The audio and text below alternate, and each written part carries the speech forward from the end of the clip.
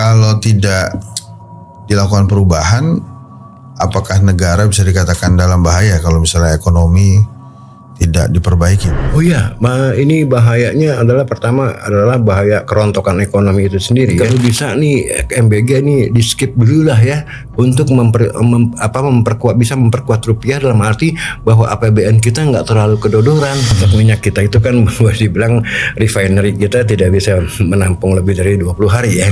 Nah kalau sampai ini 20 hari ke depan ya kita tidak mendapatkan suplai minyak ya kan, karena saya khawatir inflasi akan sangat double digit ya kan. Kalau inflasi double digit ya boleh dibilang bukan tidak mungkin dolar ngacir ke atas 20.000 ya kan ya, pasti akan terjadi PHK besar-besaran ya kan ya. Ya, jumlah pengangguran naik ya kan ya, dolar ke 20.000, tambah lagi beban utang dan beban ekonomi ya kan ya. Ini yang terjadi adalah apa yang saya sebut immiserizing growth. Pertumbuhan yang memiskinkan. Ya, pertumbuhan tinggi tapi rakyatnya miskin.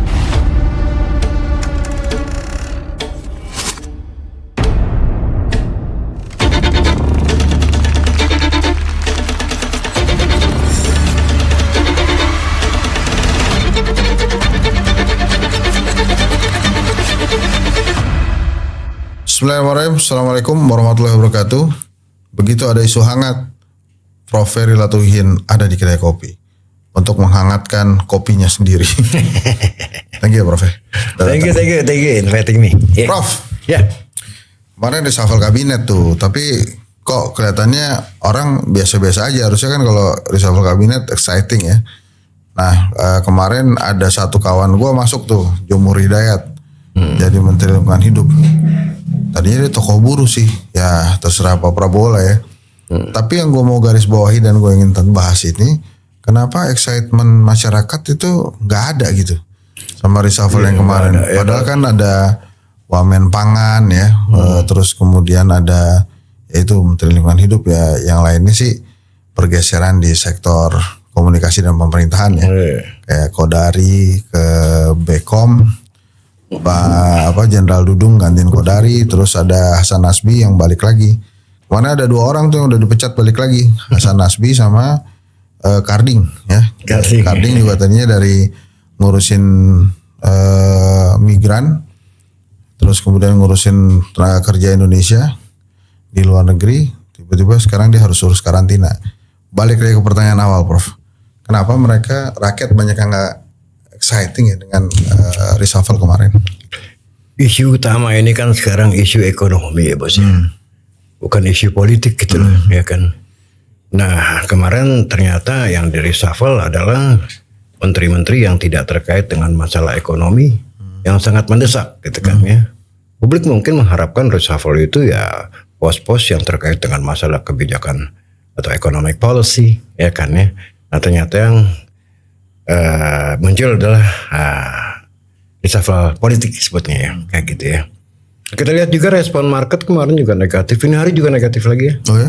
IHSG ya, naik pagi-pagi naik, terus turun lagi sekarang minus 50 poin terakhir gitu kan ya, merah lah gitu ya. Ya sekarang 7.000 berapa sih? Cuma 71, berapa gitu loh, ya. Udah tipis 70 malahan gitu ya. Jadi udah sama sekali istilahnya begini, market tidak merespon reshuffle yang kemarin gitu lah ya, sebab sama sekali dia merah gitu kan. Yang kedua, rupiah juga masih tetap under pressure, BI juga kayak mati-matian ya, mungkin ditekan juga oleh pemerintah untuk all out ya, melakukan intervensi ya, sempat ke 7.335 kan kemarin-kemarin ya. Lalu tadi kita lihat 7.200 sekian, bahkan di bawah 7.200 tapi naik lagi ke atas 7.200. Artinya apa? Tetap yang menjadi isu utama itu adalah masalah ekonomi gitu loh ya. Jadi kemarin tuh reshuffle banyak sekali di WA Group, wah orang istilahnya berspekulasi lah bahwa misalnya Purbaya diganti gitu kan ya. At least yang pegang kunci dalam masalah ekonomi adalah Purbaya atau Menteri Keuangan gitu loh ya. Nah ternyata yang muncul lain gitu loh ya kan ya. Jadi ya wajar kalau market juga kecewa, bukan masyarakat aja, market kecewa ya mereka jual saham lah kayak gitu. Tapi dengan kondisi ekonomi seperti saat ini, apakah pergantian menteri di sektor ekonomi itu bisa memperbaiki keadaan? Wah iya, sangat meter sekali. Sekarang istilahnya begini ya. Itu kan duitnya nggak ada. Ini bukan masalah duitnya, tapi ekspektasi itu tidak harus berupa uang ya, tapi berupa kebijakan, itu kan ya. Nah ini kan kenapa terus-terusan ya ekonomi kita dolar ya. Rupiah under pressure gitu kan, market under pressure karena pemerintah tidak merespon masalah ekonomi yang makin lama makin, terutama harga minyak ya, yang makin memburuk ya gitu kan. Sementara kan rumor juga beredar dengan 2 dirjen yang dicopot oleh Purbaya ya dari kementeriannya, juga katanya terkait dengan masalah APBN ya. Mereka memberikan pernyataan lah kepada Purbaya yang istilahnya ya mungkin kita harus hati-hati nih. Ya kan, nah anunya Purbaya sendiri kemarin memberikan statement bahwa ekonomi kita in survival mode.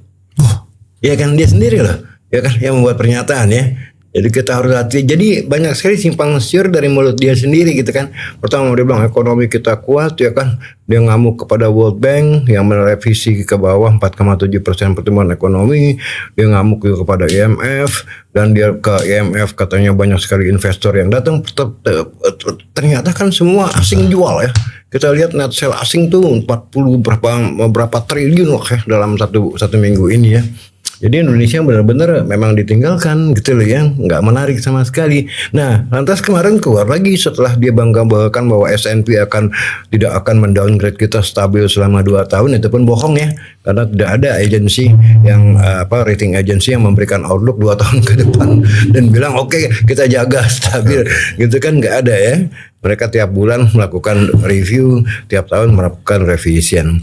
Nah, jadi poinnya adalah kembali lagi kita lihat reshuffle, kembali ke masalah reshuffle tidak sesuai dengan ekspektasi pasar dan ekspektasi masyarakat, sebab masalahnya adalah masalah ekonomi dan pemerintah belum merespon dengan kebijakan apa yang tepat dengan harga minyak yang tiap hari, bahkan sekarang udah balik lagi ke 103 loh harga Brent ini hari ya. Nah ini sangat mengkhawatirkan.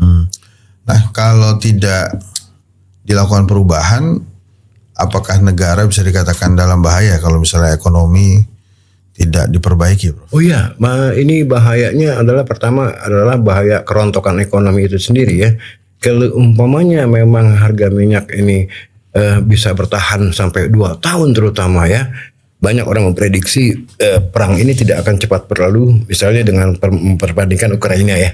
Ukraina kan cuma rencananya berapa, sebulan atau 2 bulan sampai ini hari kan udah 4 tahun kan nggak selesai ya.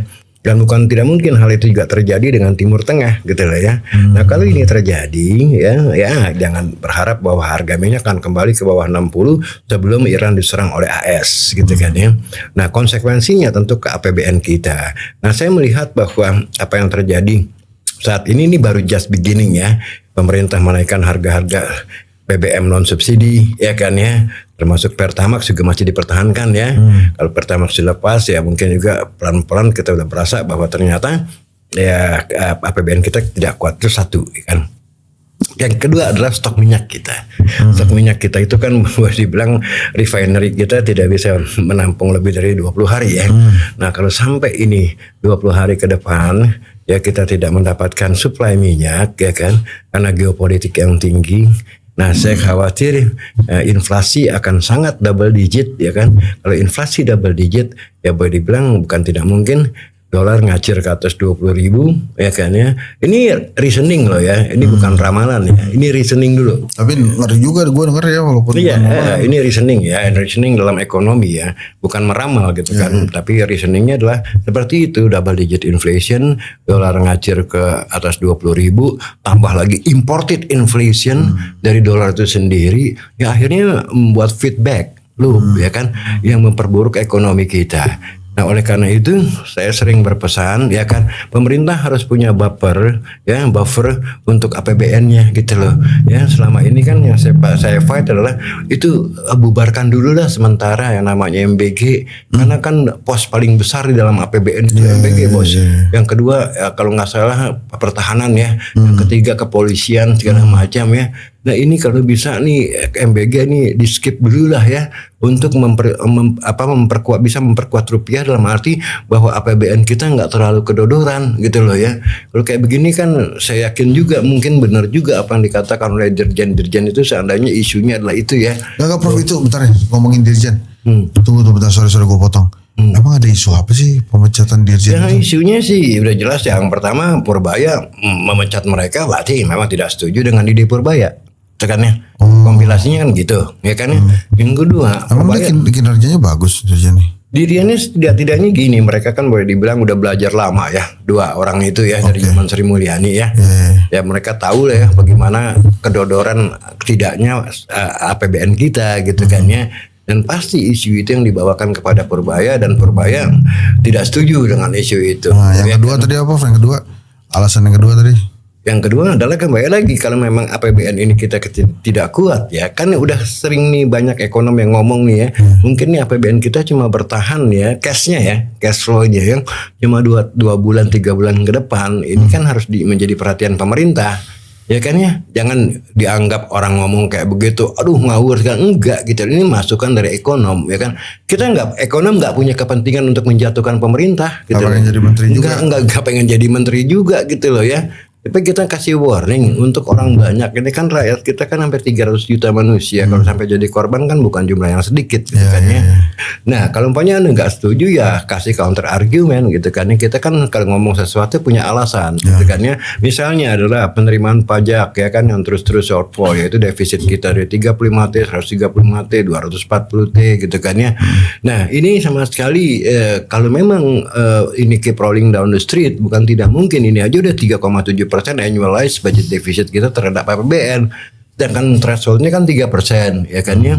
Nah kalau sampai market tidak percaya, yang diburu adalah dolar lagi bos ya kan. Makanya nah Purbaya pernah bilang kalau saya jadi gubernur BI saya bikin 15.000, itu a big nonsense. Dari mana mau bikin 15.000? Kalau mau dinaikin 15.000 bos, suku bunga kita itu harus naik di atas 10% loh ya, supaya orang menarik membeli rupiah untuk menaruhnya dengan suku bunga yang tinggi. Jadi ada harapannya uangnya nambah gitu kan? Iyalah, dengan suku bunga yang tinggi naruh di rupiah, orang berburu rupiah. Tapi dengan bunga di atas 10%, ekonomi kita kan bisa gila. Ya kan? Kalau ekonomi kita bisa gila, ujung-ujungnya bilang I have no reason to buy rupiah. Jadi nggak akan mempan. Gitu loh, dia mau pakai apa? Mau intervensi, ya kan? Sekarang aja nih dengan kain-kain dari 155 miliar ya cadangan devisa kita dolar, sekarang udah tinggal 147, 148 loh akibat intervensi BI. Ya kan? Emangnya unlimited cadangan devisa kita? Kan enggak ya. Jadi saya lihat figur Purbaya ini figur yang banyak sekali bohongnya gitu loh. Ya, nggak masuk akal gitu loh ya.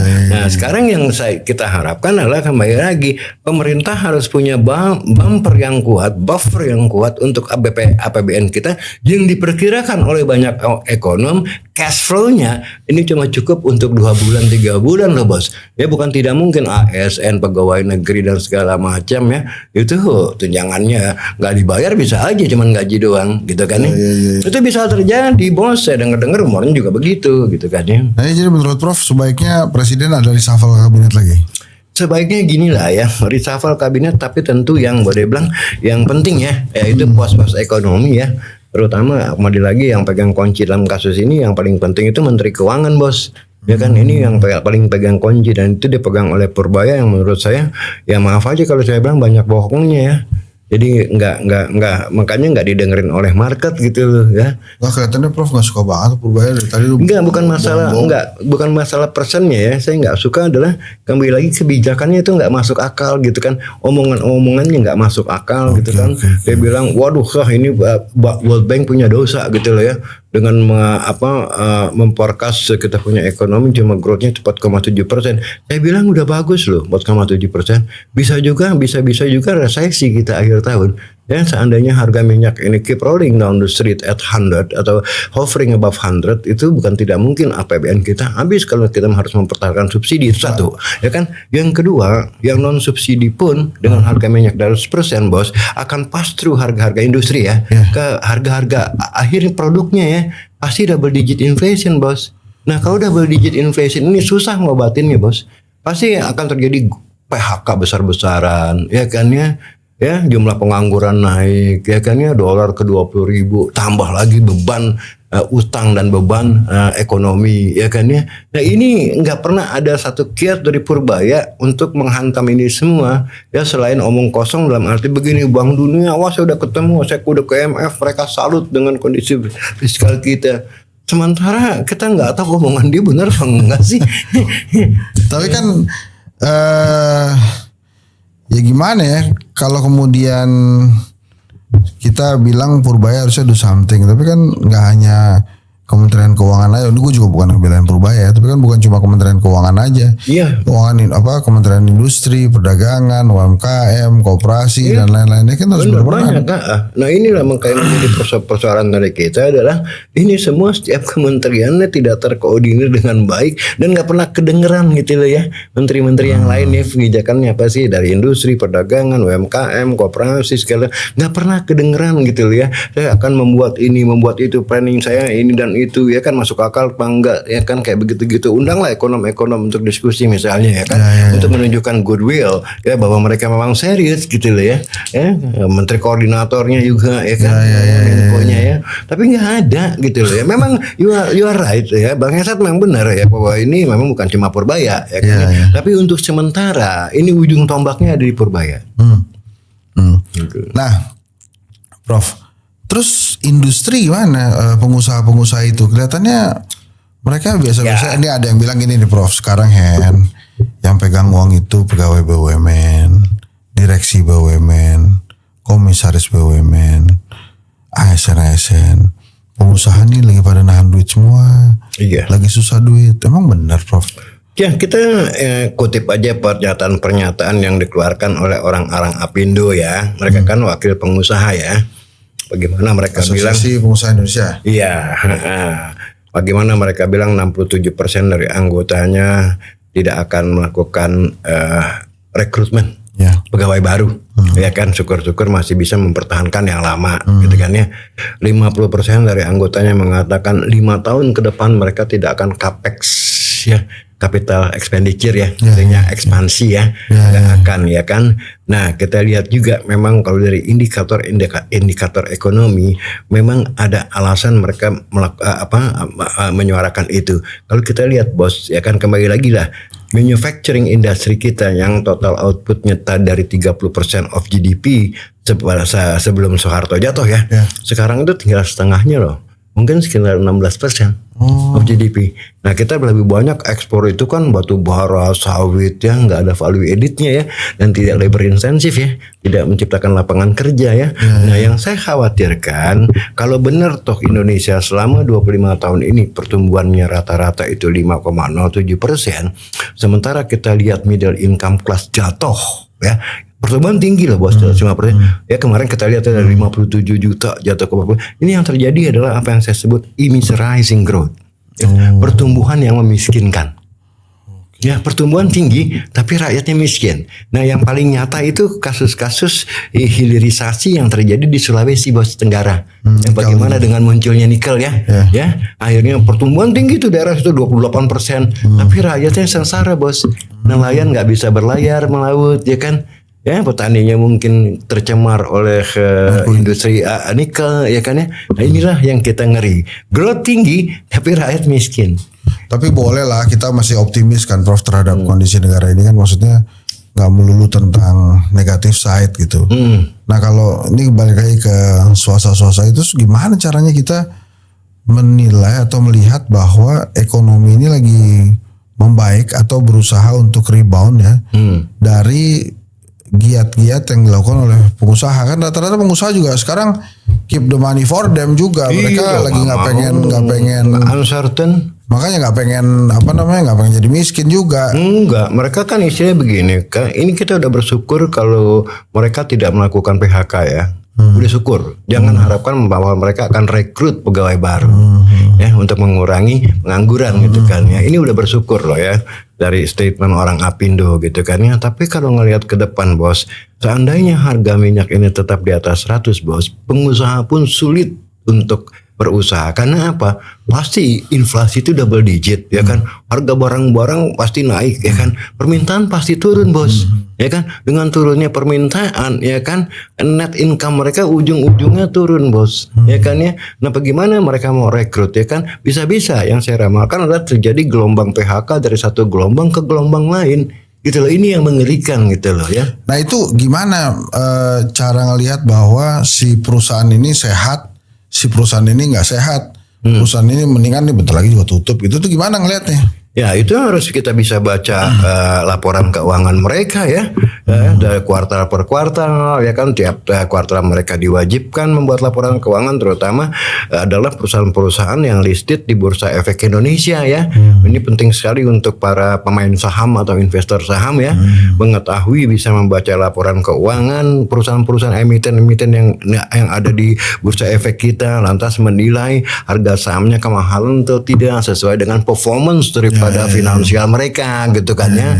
Nah kebetulan ya kita ada slot untuk workshopnya lah ya. Untuk kapan itu workshop lagi tuh, Bro? Itu 16-17 Mei ya kita canangkan ya. Sabtu Minggu tetap Sabtu Minggu tetap 2 hari full dari jam 8 pagi sampai jam 5 sore ya kan, Sabtu Minggu, dan peserta harus bawa laptop karena kita membedah semuanya buku-buku perusahaan yang listed di BLJ itu kita bedah semuanya dengan financial matrix ya, dan kembali lagi kita bekerja dengan Excel dan real data gitu ya. Nggak ada teori-teorian, kita pakai simulasi nanti gitu ya. Maksudnya real data apa sih, Prof? Lu belum punya apa tuh maksud real data, emang hitung-hitungannya? Iya, real data itu laporan yang dikeluarkan oleh misalnya Indofood, Astra, ya kan, Telkom, ya kan, itu kan tiap bulan, tiap kuartal mengeluarkan laporan ya, tiap tahun juga mengeluarkan laporan. Kita ambil data-datanya, download dari websitenya ya kan ya, data website tertentu kayak Wall Street Journal ya kan, kita bedah bukunya, kita bikin financial matrixnya, apakah memang harga sahamnya pantas di harga segitu atau tidak, kemahalan atau kemurahan. Jadi semuanya serba praktis,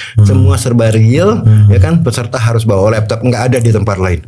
Oh, terus mereka bawa pulang apa tuh? Yang mereka bawa pulang ya selama ini kita udah kasih ya, yang mereka bawa pulang adalah ilmu. Ya, ilmu pengetahuan yang tidak akan mereka dapatkan dimanapun juga ya, karena ini sifatnya praktis, tidak ada teori-teorian. Orang bawa laptop, kita bedah semuanya secara baik, kita diskusi. Ada batasan umur nggak buat peserta? Nggak ada. Batasan jabatan? Nggak ada. CEO nggak boleh ikut? Nggak ada. Ada beberapa CEO yang pernah ikut ya. Menteri yang dipecat boleh ikut nggak? Boleh. Nah, Prof dikit lagi nih. Ini balik lagi tentang reshuffle. Prof Ferry Latuhin sebagai pelaku ekonom juga yang kenal banyak pengusaha, mengharapkan tim keuangan Prabowo ini digantinya kapan? Gini ya, masalah tim siapa yang paling kuat udah jelas ya, kita istilahnya untuk menyebut nama kayaknya juga nggak enak ya. Bisa juga sih kita sebut ya, at least orang yang figur yang sekredibel ya, dan sekompeten, yang jadi punya kompetensi dan punya integritas ya, punya kredibilitas sehingga dipercaya oleh para pelaku usaha ya, para pelaku pasar ya kan. Nah itu figur-figur macam misalnya saya sebut nama ya, misalnya kayak semacam figur Yonan. Ya kan ya, atau figur yang agak nyeleneh dikit Ibu Susi misalnya, Pujiastuti. Saya yakin loh beliau mampu loh menjadi Menteri Keuangan, sangat intelijen. Kayak gitu lah. Jadi jangan figur-figur yang tidak dikenal gitu ya. Sebab ini masalahnya kembali lagi, bos. Di Amerika pun begitu, bos. Siapa yang jadi ketua The Fed? Itu menentukan sekali market itu. Ya kan? Kalau market nggak setuju, dibuang itu saham semuanya. Ada kebiasaan di Indonesia. Jadi pada saat ekonomi melemah, manusia-manusia ini cenderung untuk menyelamatkan diri masing-masing. Betul. Nah, kalau menyelamatkan diri masing-masing kan uangnya nggak muter, Prof. Ya, ini gimana supaya muter tetap uangnya ini? Ini ya kan, istilahnya yang maksudnya Bang Hensat maksud kan begini. Ekonomi lagi begini nih, orang juga ragu-ragu untuk spending kan, sehingga permintaan turun kan. Kalau semua orang saving, ya kan nggak ada permintaan, ekonomi pasti ambruk. Itu namanya paradox of thrift ya, kata Keynes dulu ya. Paradoks daripada berhemat, akhirnya ekonomi jatuh. Kalau 1-2 orang berhemat enggak, tapi kalau semua orang berhemat nggak ada yang belanja, ekonomi jebol gitu kan ya. Nah apa yang harus bisa dilakukan? Tidak ada. Sebab tidak ada. Sebab gini, kalau komponen GDP itu kan kita lihat ya, konsumsi masyarakat yang daya belinya turun, ya kan, konsumsi government, investasi, ekspor minus import gitu kan ya. Nah, kalau konsumsi masyarakat atau household ini daya belinya tergerus oleh inflasi, yang nggak ada permintaan loh bos, ya kan, emangnya gampang mereka minjem duit, kan nggak mungkin ya kan ya. Kita lihat aja bagaimana mereka udah makan tabungan gitu kan ya. Nah, sekarang kita harapkan government saya harapkan punya kekuatan finansial yang lebih tinggi dari sekarang dengan cara memotong sama sekali MBG. Kan saya bilang itu posnya besar loh, 335 triliun. Ya kan ya, itu aja. Kenapa kok cuma dikurangin 1 hari aja usulannya si Yuda kalau nggak salah ya. Dari 5 hari cuma menjadi 4 hari ya. Kenapa harus 1 hari aja? Kenapa nggak di moratorium 5 hari? Ya, nanti kalau udah kuat lagi baru kita mulai lagi. Nah, harus rasionalisasi tentunya ya. Kan yang butuh kan nggak 83 juta anak siswa. Paling-paling cuma 6-7 juta. Ini balik lagi ke trainingnya Prof nih. Itu kalau misalnya, wah saya cuma bisa datang hari kedua nih, nggak bisa datang hari ke-1 tuh gimana? Boleh nggak? Atau nggak usah aja sekalian? Harus 2 hari pokoknya. Gini, basically harus 2 hari. Tapi kalau cuma bisanya 1 hari, misalnya hari pertama harus. Kalau nggak bisa hari keduanya nanti ikut next batch aja. Emang kenapa hari pertama ada apaan? Karena itu basicnya bos ya. Itu basicnya paling kenceng tuh adalah hari pertama laying the ground basicnya. Nanti di hari kedua semua kasus jadi studi kasus. Jadi setelah basicnya kuat ya kan, metode-metode valuasinya udah dikuasai, kita ambil semua kasus ya kan. Kita valuasi Telkom, kita valuasi Astra, kita valuasi BCA, kita valuasi Bank Mandiri, semua serba praktis. Tapi hari pertama itu basicnya harus ada gitu. Misalnya nih, kan Prof Heri kenal sama Pak Prabowo udah lama kan? Prof Heri, apa sih maunya Anda itu? Apa kasih masukan dong ke rakyat? Pak Ferry mau ngomong apa ke Pak Prabowo, suruh ngasih masukan buat pemerintah supaya bisa ngelit rakyatnya keluar dari jurang ekonomi ini. Satu dijelas ya kan, cegah pemborosan ya kan. Sini. Pak Prabowo Satu dia jelas, cegah pemborosan yang tidak perlu. Kalau makan bergizi gratis itu dibilang investasi, itu bohong Pak. Ya kan, itu konsumsi.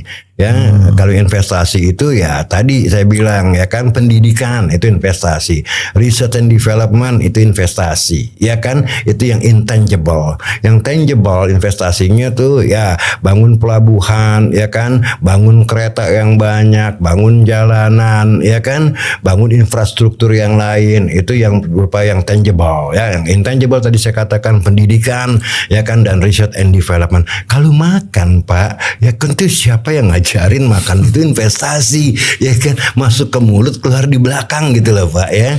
Nah itu advice saya. Yang kedua Pak, rampingkanlah birokrasi Pak. Bapak sendiri kan udah pernah bilang ini birokrasi menghambat ya sama sekali. Nah itulah ya, rampingkan birokrasi ya, dari 108 menteri dan wakil-wakil menterinya kalau bisa dikurangin ya supaya efisien. Dan yang kedua juga bukan cuma perampingan Pak, tapi kualitas sumber daya manusianya ya, itu penting sekali. Tadi Bang Hensat udah tanya ya, kalau digantikan misalnya Menteri Keuangan sama siapa, harus orang yang memang mumpuni dan punya integritas gitu loh ya. Tadi saya sebut nama ya, misalnya kayak Yonan atau Bu Susi, itu memang benar-benar orang yang mumpuni dan ada track recordnya loh gitu loh ya, bahwa mereka tuh nggak pernah punya catatan hitam gitu lah. Nah itu bisa mengembalikan kepercayaan lagi kepada negeri kita, terutama untuk investor ya. Oh gitu. Ya. Jadi sebenarnya masih ada harapan ya? Masih, asal mau you do something. Prof, itu berapa pelatihan? Pelatihan berapa HTM-nya, harga tiket masuk? Oh itu murah sekali ya, 2 hari itu cuma 6 juta ya, udah termasuk makan minum seharian ya. Sangat murah sekali, 6 juta. Dapat otaknya Prof tuh ya. Iya, terutama adalah ya nanti lihat aja lah testimoninya ya.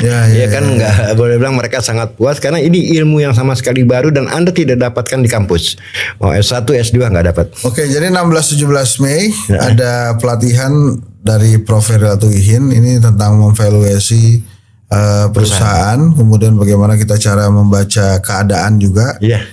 Jadi kalau ada yang mau buy, sell gitu ya, atau ya cuma ngomong buy and sell doang, ya ntar kita lihat aja ya. Jadi harus ada ilmunya. Pelatihannya itu dilaksanakan 2 hari. Nah, full. tapi gini Prof, ini saya dapat masukan nih dari Adam tuh yang lagi itu tuh. Menyimpan uang paling aman itu adalah di dalam pikiran, Prof. Betul. Jadi dia di dalam pikiran dia tuh dia nyimpen duit 20 M tuh. Itu kata paling aman, nggak akan diambil orang. Jadi itu kira-kira teman-teman. Ini dia Prof Ferry Latuhin. Nggak, itu yang terakhir intermezzo aja. Bahwa menyimpan uang paling aman itu adalah di pikiran Anda. Makasih Prof. Thank you Bang. Semoga Indonesia lebih maju lagi. Ini intermezzo dikit lah. Terakhir ketemu Pak Prabowo kapan? Lupa. Ya dah. Assalamualaikum warahmatullahi wabarakatuh. Teman-teman, saya akan memberikan workshop ya 2 hari full yang bertempat di Hotel Sofian Cut Mutia mengenai bagaimana kita memvaluasi suatu perusahaan, terutama adalah perusahaan-perusahaan yang diperdagangkan di Bursa Efek Indonesia sahamnya ya. Saya akan berikan cara memvaluasi dalam arti begini. Apakah misalnya harga Telkom 3.000 itu kemahalan atau kemurahan? Ya kan, itu yang pertama. Dan dalam 1 tahun ini kira-kira harga Telkomnya mau kemana, kita melakukan prediksi. Nah, semua saya berikan dalam bentuk yang sangat praktis ya. Karena apa? Setiap peserta saya wajibkan untuk membawa laptop ya. Kita nggak bekerja dengan teori tapi dengan laptop. Dengan laptop kita pakai Excel ya, itu pertama cara kerja kita belajar spreadsheet. Dan yang kedua kita juga bekerja dengan real data. Data yang memang real, dalam arti apa? Kita ambil laporan keuangan emiten-emiten seperti Telkom, Astra, Indofood ataupun yang lain. Lantas kita bedah bukunya, kita bikin financial matrix-nya, dan kita evaluasi apakah harga sahamnya kemahalan atau tidak ya. Semua serba praktis selama dua hari full. Saya jamin Anda akan mendapatkan pengetahuan yang baru, sebab apa yang saya ajarkan itu tidak diajarkan di kampus-kampus baik S1 maupun S2 ya. Nah, ini semua saya ambil dari pengalaman saya sebagai analis yang boleh dibilang udah lebih dari 25 tahun deh saya di pasar modal ya. Nah, kalau Anda berminat silakan daftar atau link di bawah ini. Ini adalah saat pertama saya mengikuti kursus macam ini mengenai analisa pasar saham, dan apa yang saya dapatkan adalah sesuatu yang menarik, terutama untuk saya orang yang non keuangan. Metodenya sangat applicable, sangat menarik, mudah diaplikasikan ke kehidupan sehari-hari yang berhubungan dengan pasar modal, dan penyampaiannya sangat mudah, bahkan untuk orang yang tidak mempunyai latar belakang keuangan seperti saya. Jadi secara umum hal ini sangat menarik. Kebetulan saya pernah pelajari, tapi secara praktikal di sini lebih praktikal, bisa diaplikasikan langsung.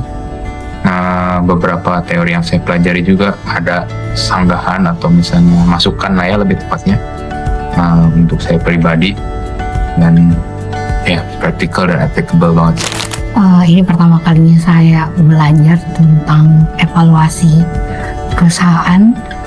Semuanya baru buat saya, dan ketika belajar di sini cukup bisa dipahami dan mudah diterapkan. Dengan mengikuti kelas ini saya menambah wawasan dan skill saya di bidang finance, terutama di valuasi.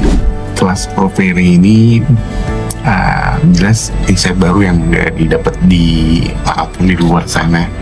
Minimal untuk pemain atau yang suka trading saham, fundamental yang paling utama menentukan nilai saham, over value, under value itu kita dapat sekali, dan cara menjelaskannya sangat praktikal, mudah dimengerti, dan benar-benar bisa diimplementasikan di lapangan. Mungkin itu ya.